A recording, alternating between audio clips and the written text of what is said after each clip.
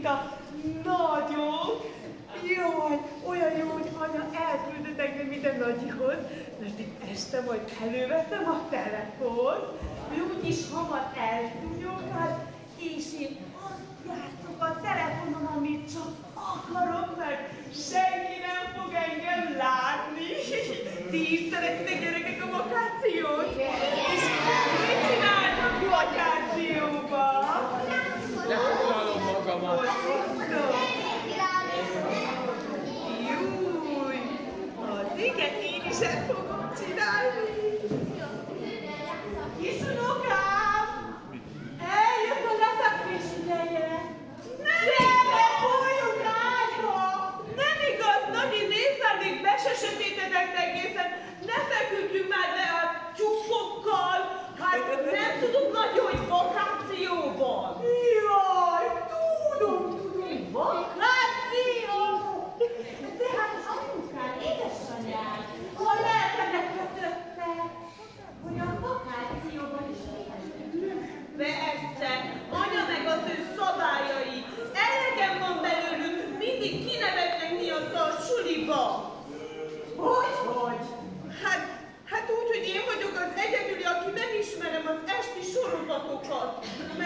Meg telefonozni is csak 1 órát engednek. Hát hallottál még egy ilyet?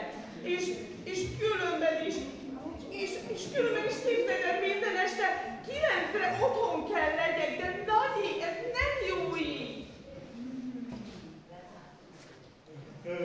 De te miért is jársz tulajdonképpen iskolában? Miért járok iskolába? Hát azért járok iskolába, hogy tanuljak, de Nagyi, értsél meg, én hiába tanulok jól. Hiába nincsenek meg a tanáraim, mert mindenki csak úgy csúfol engem, hogy Strépi,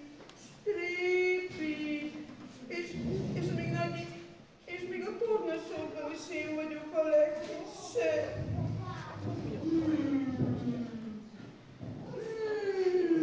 Erről eszembe jut egy bibliai történet.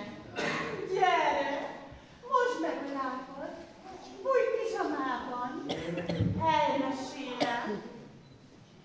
Jó.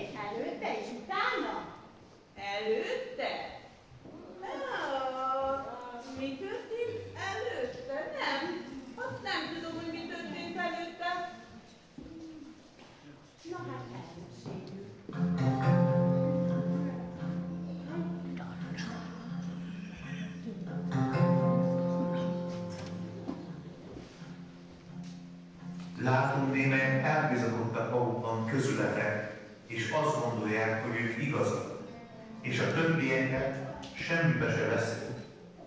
Tudjátok, volt egy farizeus és mi vámszedő, és közülük az egyik Meggazolva ment haza, mert aki felmagasztalja magát, megaláztatik, és aki megalázza magát, felmagasztalja. Éppen úgy, mint a kisgyermekek. Ilyeneké az Istennek országa. Aki nem úgy fogadja az Isten országát, mint gyermek, semmiképpen nem megy be abba. Jó mester, mit cselekedjen, hogy az örök életet elnyerhessem? Miért valószínűleg jónak? Nincs senki jó, csak egy, az Isten. Még egy fogyatkozás van benne. Add el mindenedet, amit van, és oszd el a szegényeknek, és kincsed lesz a mennyországban. Kövess engem!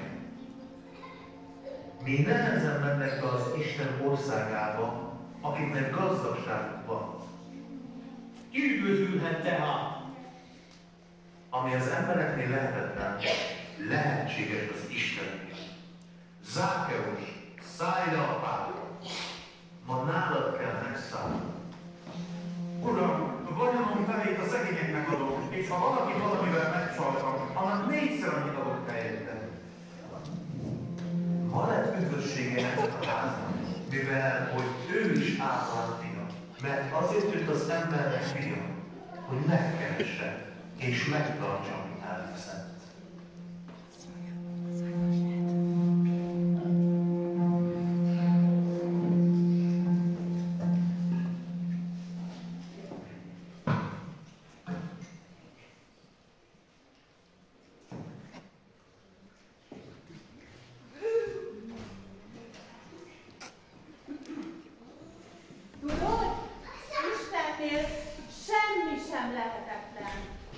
A legkisebb is lehet a legnagyobb, és a legkevesebb is lehet a legszakorodatlanabb.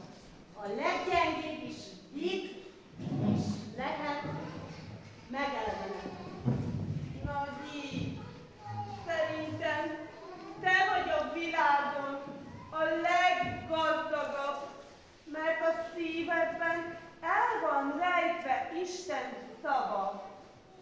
Én is ilyen akarok lenni, mint te. Már nem is érdekel az a sok butaság, ami a telefonon van.